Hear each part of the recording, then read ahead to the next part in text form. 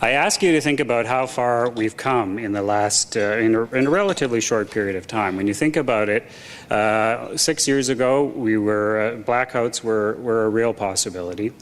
And we went through several summers, some fairly recently, where we were keeping our fingers crossed that the air conditioners were going to stay on and the lights were going to stay on. Now, here in Toronto alone, we've managed to contract and get underway significant new electricity resources in Halton Hills, the Southwest GTA, the Northern York region, and the Portlands area, and we're moving ahead on those opportunities. This year, the OPA turns 5. We now have 13,000 megawatts of new and replacement supply under contract, which represents about $14 billion of investment in the sector. In 2010 alone, we're going to be bringing another 4,500 megawatts and an additional $7 billion of investment. And in all, over the next 3 years, generation contracts under OPA management are going to double in megawatts and triple in their dollar value to over $44 billion. So on a 35,000 megawatt system, that's a significant amount of investment and a significant amount of growth. So what else does this mean? Well, ISO is confident about our outlook for the next 18 months, the time horizon that they look at. And I'm happy to say that the Power Authority planners feel that we are in a really good place looking out to 2014. Beyond that, we have some serious decisions ahead of us, but we also have some room, we have some breathing room, and we have a lot of options in front of us. Conservation is always our first priority. After all, the cheapest megawatt is the one that you don't have to generate in the first place. And you may not know it, but we actually have the most ambitious conservation targets in all of North America. 6,300 megawatts, or roughly the equivalent of taking about 1 in 5 households off the grid altogether.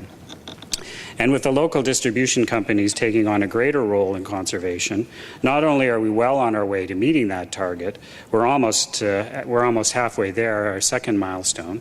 We're also looking at accelerating and exceeding that overall target. While 2009 was about designing and launching the feed-in tariff program, our program for renewable energy, which is also a North American leader. It's the most comprehensive and first of its kind in North America. This year, our major focus is obviously going to be on implementing. FIT is our primary vehicle for building our capacity and our supply of green energy here in Ontario, and it's enabling us to do another very important thing, which is eliminating coal from our supply mix entirely, and we're going to be able to do that by the end of 2014. North America's single largest climate initiative right here underway in Ontario. In fact, we're the only jurisdiction in the world that is completely getting out of coal entirely. And without going into elaborate detail, since Laura and Paul would be far more eloquent on the subject, we're also in the midst of a significant rollout to install smart meters as well as update our grid.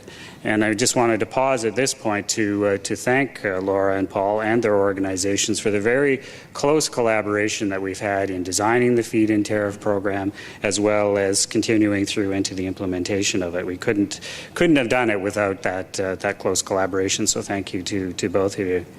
So to sum it up, Ontario is one of the few, if not the only, jurisdiction in the world to be taking this kind of a holistic approach. We've got ambitious conservation, greener generation, significant transmission investment, long-term planning. We're really transforming our electricity system to meet the economic and environmental challenges of today. And with significant investment in every part of the sector, Ontario is going to reap economic benefits and involve more engaged consumers in a smarter, more reliable, cost-effective, and sustainable electricity system. So what does this mean for you? This is where the plugs come in. A little bit of an electricity pun there, I guess.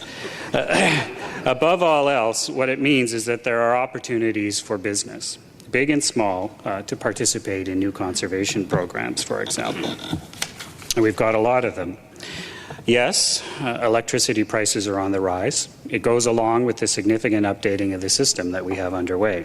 And we're sensitive to that, and that's one very important reason why we, along with your local distribution company, have developed conservation programs that are designed to help you increase your productivity, to reduce your operating costs, as well as increase your competitiveness. For commercial, industrial, and institutional customers, we have our Electricity Retrofit Incentive Program, or ERIP, which is a great opportunity to conserve energy by investing in more energy-efficient technologies, whether it's lighting, heating, or more efficient motor systems. Another example is our recently launched Industrial Energy Efficiency Program. This program helps companies to fast-track capital investment in major energy efficiency projects, and it's designed to deliver bottom-line results through process changes and equipment retrofits. We've also got a high-performance new construction program. There are incentives for commercial-scale data centers, other programs to incent energy efficiency. So I'd really strongly encourage you to explore our website as well as talk to your local distribution company. There are also lots of ways for you to earn revenues for your business through our demand response programs and through the FIT program. The OPA has 3 demand response programs, and these are programs that compensate businesses who either voluntarily or contractually cut back on their electricity usage during peak periods. The Green Energy Act also allows you, as business owners, to benefit from a brand new source of revenue by participating in renewable energy in a new way, not just as energy consumers, but as electricity generators. For example, you can outfit your company's rooftops with solar panels to generate your own electricity. And under our microfit program, designed for projects at 10 kilowatts or less, you can do the same at home. You're going to be paid a guaranteed price for all of the electricity your project produces for at least 20 years. And those aren't the only opportunities. There are also extraordinary opportunities for businesses in Ontario and beyond to participate in and fund large-scale renewable energy projects under the FIT program. Consider that we offer guaranteed prices and 20-year contracts based on an 11% rate of return or thereabouts. That means a payback in 11 years or so, and it gives you the kind of stability that you need to participate in the green economy. And we're putting in programs and incentives in place for communities, First Nations and Métis people, so that they can participate more than ever in Ontario's electricity sector as well. So far, 3 months into the FIT program, there's a tremendous amount of interest.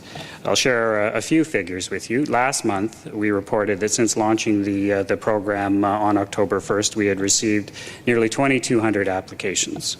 Of those, roughly half or so were for the microfit program, and 700 of those applications were approved last month. In total, FIT and microfit together represent about 8,000 megawatts in new renewable capacity. And if we break those numbers down further, amounts to about 80% of the incoming is on wind energy capacity, about 16% or so in the solar area. The remainder of the applications are for our bioenergy projects, and the applications keep rolling in. In fact, just in the last month, since we put out those figures, we've had another couple of thousand applications come in on the microfit program. So huge, and a couple hundred more on the FIT. So a huge amount of interest and excitement here in Ontario. We believe there are still many untapped opportunities for you as well. According to the World Wildlife Fund International, by 2020, the clean tech industry is going to be worth about $2.5 trillion, ranking as the 3rd largest global industry behind the car and electronics industries. Canada is currently lagging, according to that study. We're at 21st in the clean tech investment, well behind the top 3 countries, Denmark, Brazil, and Germany, while the U.S. ranked 19th. We have seen a lot of foreign interest in our feed-in tariff program. The Deutsche Bank, for example, has had some very nice things to say about our program. We're seeing companies come to Ontario, and I'm hopeful that Canadian banks, lenders, and pension funds will see opportunities for themselves as well as they get more familiar with the program and the projects that are under development. So to recap, Ontario has a very good story to tell, and I hope by now you can see why I say that. Count up the number of times that I said that we're either leading North America or the world, whether it's conservation, coal elimination, or the first comprehensive feed-in tariff program on this continent. Then consider that we're also leading the charge in smart meter installation and doing a significant grid build, and we're doing all of these things at the same time. Our doors are now wide open, so if you haven't already thought about grabbing opportunity here in Ontario, now's the right time to do so. And let's get on with the questions. Thank you.